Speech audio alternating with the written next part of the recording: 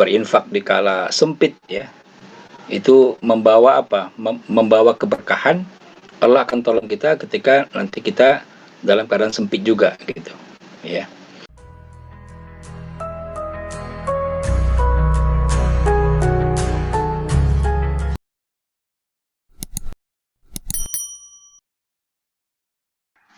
Izinkan saya menggunakan slide ya agar lebih terstruktur. Baik, jadi kalau kita bicara solusi Islam tadi sudah dijabarkan oleh Kiai Didin ya, Al-Qasas ayat 77 yang sungguh sangat menginspirasi saya ya. Sehingga kalau kawan saya di Bandung, Bang Sandi itu bilang begini, Al-Qasas 77 itu adalah visi hidup seorang muslim, menjadikan akhirat tujuan gitu. Sampai dia bilang begini, kita perlu akhirotisasi likulli syai', nah, gitu ya. Jadi akhirotisasi itu bahasa Arab yang diinggriskan itu. Nasionalisasi gitu kan, ada naturalisasi, ini ada akhirotisasi. Ya, likulli syai' itu baru bahasa Arab asli itu ya. Jadi mengakhiratkan semua yang kita kerjakan, masya Allah luar biasa itu ya. Nah, itu yang kawan dari Bandung itu ya. Jadi itu merupakan ini dan saya juga Bang Sandi dengan Imam Nur Aziz sama-sama di BWI, itu juga sahabat ya yang luar biasa dakwahnya, dakwah wakafnya mengglobal ya, seluruh dunia itu beliau tuh. Baik, jadi ini saya kenalkan sedikit ya yang belum mengenal saya. Pendidikannya dari Islamabad ya, doktornya di bidang ekonomi Islam dari International Institute of Islam Economics, International Islamic University tahun 2012. Kemudian hari ini membantu Kiai Didin di Pasca Sarjana UIK Bogor, juga kemudian chairman daripada organisasi profesi internasional yang namanya International Council of Islamic Finance Educators untuk Indonesia chapter, kemudian komisioner daripada Badan Wakaf Indonesia. Judulnya resesi ini. Jadi ini saya mulai dengan kata-kata resesi. Jadi resesi itu apa ya? Resesi itu bukan tidak ada sidang ya. Kalau tidak ada sidang namanya reses ya, bukan resesi. Ya, ini kalau orang-orang orang DPR bilangnya reses ya. Ini resesi terjadi jika terjadi pertumbuhan negatif selama 2 triwulan berturut-turut. Nah, kita sudah sama-sama saksikan pertumbuhan triwulan kita pertama itu masih positif 2,9%, tapi triwulan kedua kita sudah minus 5,3%, dan triwulan ketiga nadanya sih masih minus juga. Dan nanti di akhir tahun ya, kita siap-siap untuk menghadapi pertumbuhan negatif ya. Nah, jadi kalau resesi itu adalah, kalau bahasa ekonominya, resesi ini adalah pertumbuhan negatif ya. Jadi ekonomi kita merosot, dalam bahasa ekonominya shrinkage ekonomi ya. Lalu kalau terus merosot gitu, jurangnya paling dalam itu ya, palung paling dalam ya, itu namanya depresi ya. Nah, depresi itu mudah-mudahan tidak terjadi ya. Kita pernah mengalami depresi tahun 98, di mana pertumbuhan ekonomi kita itu di angka minus 13% ya. Ketika itu saya baru selesai master itu Bang Sandi ya, master dari IPB ketika itu. Kemudian kawan-kawan yang sudah kerja 4 bulan langsung di PHK. Itu luar biasa, penjarahan di mana-mana. Pokoknya mengerikan lah ketika itu, kondisi itu mengerikan. Jadi memang mudah-mudahan jangan lagi terjadi lah seperti itu. Nah, kalau sudah terjadi depresi, maka recovery-nya cukup waktu ya, yang lama. Ya, kita masih ingat ketika itu 98 kita mengalami, 99 ganti presiden ke Pak Habibie, lalu 2003 kita baru lepas dari persoalan itu. Jadi 5 tahun kita butuh ya. Itu tentunya dengan pengorbanan yang kita sama-sama hadapi ketika itu ya. Anak-anak kita atau adik-adik kita yang sarjana tidak dapat pekerjaan dalam waktu lama ya. Akhirnya ya alhamdulillah kita bisa keluar, meskipun dengan usaha yang luar biasa ya. Nah, jadi kalau saya record economic growth kita, GDP growth kita itu memang mengalami 2 kali ya negatif dalam 50 tahun terakhir. Ini saya ambil dari data dari tahun 61 ya. Kita pernah minus tahun 63 itu. Ya, di angka kurang lebih minus 3%-an. Kemudian kita tidak pernah lagi minus ya.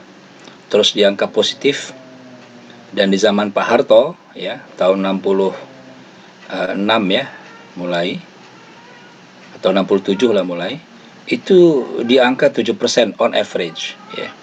Sehingga kita bisa membangun, apalagi kemudian ketika itu harga minyak dunia itu naik dan kita ekspor minyak, kita dapat uang yang sangat banyak. Lagi kemudian kita bisa bangun SD Impres dan rumah sakit yang sangat banyak ketika itu. Ya. Dan kita semuanya sekolah, saya dulu sekolah di SD Impres ya. Jadi ini apa namanya, rahmat ya, karena kita mendapatkan devisa dari minyak yang luar biasa. Kemudian 98 terjadi ya, itu kemudian kita terjadi palung yang sangat dalam. Kita lihat itu jurangnya sangat bawah ya, di minus 13%. Dan untuk naik lagi kita perlu waktu yang cukup banyak ya. Lalu masuk di zaman Presiden Gus Dur, kemudian Presiden Mega, kemudian di zaman Pak SBY mulai lagi di angka something above 5% gitu ya, 6%-an. Lalu kemudian di zaman Pak Jokowi ini turun lagi ke angka 5% ya. Jadi almost average di angka 5%. Nah, inilah sekilas ya. Kalau kita lihat sejarah growth ekonomi kita ya, tentunya ini memberi kesan kepada kita bahwasanya kita pernah mengalami minus gitu, pertumbuhan yang minus. Nah, apa akibatnya jika ekonomi tumbuh 1%? Dalam teori ekonomi makro, pertumbuhan ekonomi 1% itu sama artinya dengan penciptaan lapangan kerja baru kurang lebih 300 sampai 500 ribu orang ya. Jadi dia ada range 300 sampai 500 ribu orang. Ini untuk kasus Indonesia ya. Saya ambil angka yang paling kecil saja 300 ribu ya. Makanya ini dari mana itu muncul penciptaan lapangan kerja baru? Itu tentunya dari investasi ya. Jadi seperti Bang Sandi ini banyak sekali melakukan investasi, dia akan menyerap kerja yang sangat banyak sekali ya. Nah, dari mana sumber investasi itu? Itu bisa dari pemerintah ya, dari BUMN, dari swasta, dari PMDN, dan dari penanaman modal asing. Nah, kalau kita lihat beberapa tahun terakhir ya, investasi kita itu banyak dari PMA ya, penanaman modal asing. Nah, ini yang bagaimana caranya kita supaya kita bisa menggerakkan investasi di dalam negeri sendiri ya. Tentunya tadi dengan kita bagaimana kita menggerakkan the have ya untuk membantu the have not gitu ya.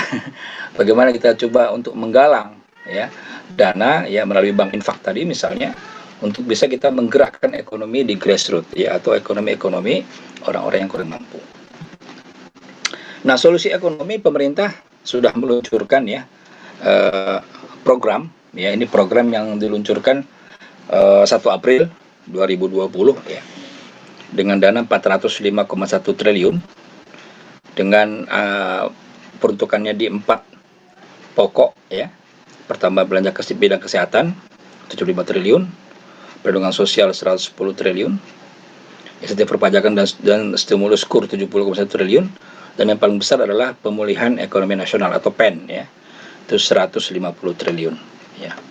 Nah, tetapi dua bulan kemudian ya, bulan April kemudian bulan Juni, angka ini direvisi lagi menjadi hampir 700 triliun ya, 695,2 triliun ya, dengan perincian bidang kesehatan 87,55 triliun, perlindungan sosial yang paling besar ya, 203,9 triliun, kemudian sektoral kementerian, lembaga dan Pemda 106,11 triliun, insentif usaha 120,61 triliun ya, UMKM ini ya, ini usaha mikro dan kecil menengah ya, 123,46 triliun, dan PBN korporasi 53,57 triliun.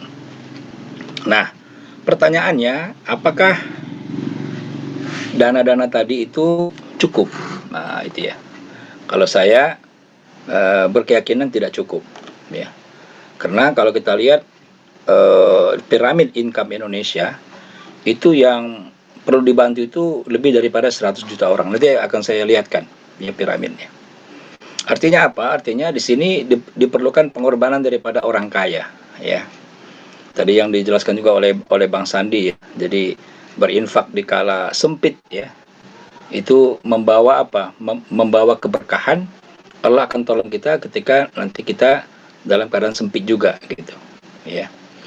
Nah, yaitu dengan cara apa? Zakat, infak, sedekah, dan wakaf. Ya. Nah, kalau saya di Badan Wakaf Indonesia itu kita gerakkan wakaf uang sekarang, Bang Sandi. Ya, kita gerakkan namanya program Wakaf Peduli Indonesia, Kalisa.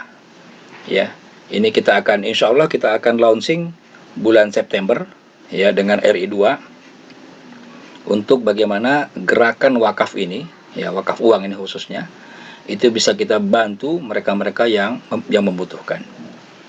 Ya, kemudian bagi orang miskin, ya, itu diperlukan kesabaran, ya. Nah, ini yang ingin saya bahas sedikit, ya, tentang income piramid kita. Ya, ini data 2010, ya, ini saya ambil dari Frost and Sullivan, ya. Data tahun 2010. Nah, orang-orang yang sangat kaya di Indonesia ini itu ada 500.000 orang, ya, yang sangat-sangat kaya.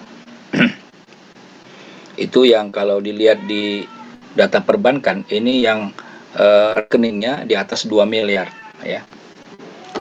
Nah, lalu yang kaya atau upper middle class itu 3,04 juta atau 3.040.000 orang, ya. Nah, kelas menengah itu 39 juta. Nah, angka ini dalam 10 tahun, ya, itu mengalami peningkatan yang luar biasa, di mana tahun 2020 meskipun ini datanya prediksi, ya, tapi saya berkeyakinan ini mendekati, ya. Pada tahun 2020 middle class kita itu naik dari 86 juta, ya, pada tahun 2020.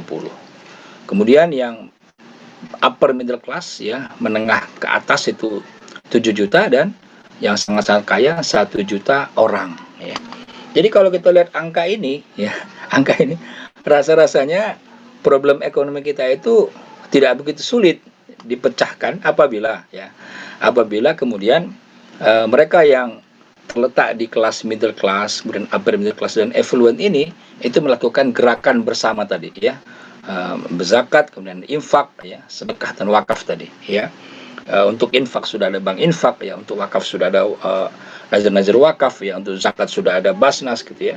Artinya kekuatan yang hampir 100 juta orang ini, ya, kelas menengah 86 juta, kemudian menengah atas 7 juta, yang sangat-sangat kaya 1 juta, ini akan sangat luar biasa, ya, hampir 1 juta ini bisa mengatasi atau membantu mereka yang memerlukan, ya. Jadi kalau kita lihat angka yang miskin 35 juta dan kemudian yang menengah ke bawah itu 123 juta, ya. Nah, dengan gerakan satu bantu dua, ya, kalau Babe Haikal mengatakan satu bantu satu, ya, tapi kalau saya satu bantu dua, ya, satu bantu dua, maka persoalan itu akan selesai, ya. Nah, apalagi apabila yang sangat-sangat kaya itu, ya, itu bukan lagi satu bantu dua, bisa satu bantu 100, ya, atau satu bantu 10, gitu.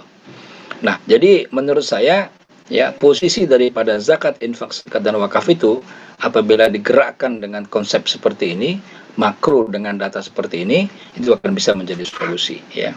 Dan solusinya sudah ada dalam Islam, yaitu Ar-Rum ayat 39, ya. Ini yang ingin saya bahas juga, ya. A'udzubillahi minasyaitonirrajim. Bismillahirrahmanirrahim. Wa ma ataitum min riba liyarbu fi amwalin nas fala yarbu indallah. Wa ma ataitum min zakatin turiduna wajhallah faulaika humul mudha'ifun, ya. Ini jelas sekali nih. Ini kalau kita lihat, ya, ayatnya ini itu adalah apa namanya? Kebalikan-kebalikan, ya, dan hampir sama redaksinya dengan antara atas dengan yang bawah. Wa ma ataitum, apa-apa yang engkau berikan, ya, min riba, daripada riba, liyarbu fi amwalin nas, untuk menumbuhkan, ya, untuk mengembangkan harta manusia, ya, fala yarbu indallah, maka sesungguhnya tidak bertambah di sisi Allah, ya. Ini luar biasa, negasi yang luar biasa, ya, yang memang kita lihat ketika riba itu diterapkan dalam sistem ekonomi, ujungnya adalah krisis, ya, selalu krisis, ya. Bahkan saya lihat dalam 100 tahun ini, ya, Kalau kita rata-rata hampir tiap 5 tahun krisis, ya. Baik itu krisisnya kecil maupun krisisnya besar, ya. Nah, kemudian wa ma ataitum min zakatin, ya, dan apa-apa yang kau berikan daripada zakat, ya, zakat ini dengan rumpunnya, ya, infak, sedekah dan wakaf, ya, yang engkau itu kemudian mengharapkan wajah Allah, ya, turiduna wajah Allah, maka faulaika humul mudhifun. Itulah yang bertambah, ya. Itulah dia yang bertambah. Jadi saya coba lihat tafsirnya, ya, di dalam tafsir Ibnu Katsir, ya. Ini dijelaskan faulaika humul mudhifun, yang bertambah, yang berlipat-lipat itu adalah pahalanya. Jadi pahala orang yang bersedekah itu berlipat-lipat, ya. Di sini dijelaskan dalam kitab itu, ya, tidaklah seorang yang bersedekah dengan sepotong kurma, ya, tapi kemudian itu dari usaha yang halal, kecuali Allah yang Maha Pemurah akan mengambilnya dengan tangan kanannya, lalu dipeliharanya untuk si pemberi sedekah, sebagaimana salah seorang kalian memelihara anak kuda atau anak unta, hingga kurma itu menjadi lebih besar daripada bukit Uhud. Ya, subhanallah, ya. Jadi sedekah yang kita berikan dengan ikhlas, walaupun hanya sebatas satu butir kurma, dia akan menjadi lebih besar daripada bukit Uhud, ya. Ini yang disebut dengan mudha'ifun itu, ya. Tapi saya coba melihat tafsir lain dalam tafsir ekonomi, ya. Ini saya coba untuk membuat seperti ini, ya. Jadi kalau kita bicara makro pendapatan negara lah misalnya, Y itu, ya. Dia ada income, ada output, ada wealth. Maka dari kekayaan itu, ya, kekayaan masyarakat dalam suatu negara itu, ya, itu diambil zakatnya, ya. Diambil infaknya, diambil sedekahnya, diambil wakafnya, ya. Katakan kita ambil zakat dulu deh, ya. Zakat ini dari kekayaan individu, kekayaan perusahaan, dan juga kekayaan barang-barang hasil bumi, barang-barang tambang dan lain-lain, ya. Nah, kemudian dari zakat yang terkumpul ini itu ada dua, ya. Bisa kita melakukan konsumsi yang akhirnya akan meningkatkan agregat demand. Jadi kalau bahasa sederhananya, agregat demand ini adalah permintaan masyarakat secara keseluruhan akan meningkat, ya, apabila konsumsinya meningkat. Kemudian apabila agregat demand meningkat, maka income pun akan meningkat, ya. Nah, seperti ini terus loopnya, sehingga apa? Sehingga zakat yang kita berikan itu akan menumbuhkan ekonomi, akan memutar ekonomi, begitu, ya. Kemudian kalau kita ambil yang untuk bawahnya, investment misalnya, ya, wakaf, infak, sedekah, wakaf, yang kita gunakan untuk investasi, ya, karena wakaf itu tidak boleh berkurang, yang diambil hanya hasilnya, maka tidak ada jalan lain kecuali diinvestasikan, ya. Tetapi yang harus diingat adalah Ar-Rum 39 tadi mengatakan investasinya harus tidak menggunakan riba, ya, no riba dalam investasi itu. Artinya apa? Investasilah di sektor real, bukan di sektor moneter, ya. Kita bangun pabrik, kita ciptakan sawah-sawah baru, apalagi sekarang kita menghadapi resesi, menghadapi krisis pangan ke depan, ya. Kita harus ciptakan sawah-sawah baru, kebun-kebun baru, ya. Untuk bagaimana? Untuk ketahanan pangan kita, ya. Nah, dengan adanya investasi yang kita lakukan dari dana infak, sedekah dan wakaf tadi, ya, kemudian atau zakat juga, ya, maka kemudian ini akan meningkatkan dua hal, ya. Pertama, agregat demand daripada masyarakat meningkat, ya, karena di situ ada belanja investasi. Kemudian supply juga akan meningkat, ya. Karena apa? Akan dihasilkan output yang ujung-ujungnya kekayaan juga akan meningkat. Nah, inilah yang kemudian rahasia Allah dalam surat Ar-Rum tadi. Apabila kemudian kita lakukan ekonomi dengan berbasis, ya, sedekah tadi, ya, maka itulah ekonomi yang tumbuh. Nah, kalau kita lihat ini, model ini, maka kita sangat yakin sekali secara makroekonomi, maka ekonomi kita akan tumbuh, ya. Nah, disinilah makanya urgensi daripada zakat, infak, wakaf, dan sedekah itu, ya. Nah, jadi apa kesimpulannya? Agar ekonomi terus tumbuh, ya, ini tingkatkan zakat, infak, dan sedekah dan wakaf, yaitu ziswaf. Untuk apa? Untuk meningkatkan konsumsi dalam jangka pendek dan investasi untuk jangka panjang, ya. Dan inilah sebenarnya yang paling besar dalam komponen GDP kita. Ya, komponen GDP itu kan isinya konsumsi, investasi, belanja pemerintah, ekspor impor, ya. Nah, di kala resesi ekspor impor akan sulit, belanja pemerintah pun akan sulit, maka ini yang akan kita gerakkan, yang dua hal ini ya, konsumsi maupun investasi. Nah, itu yang bisa saya sampaikan ya. Untuk lebih detail itu saya tulis dalam buku saya yang baru, Ekonomi Keuangan Syariah Isu-isu Kontemporer ya, di halaman 37 ya. Nanti boleh dibaca untuk lebih detailnya.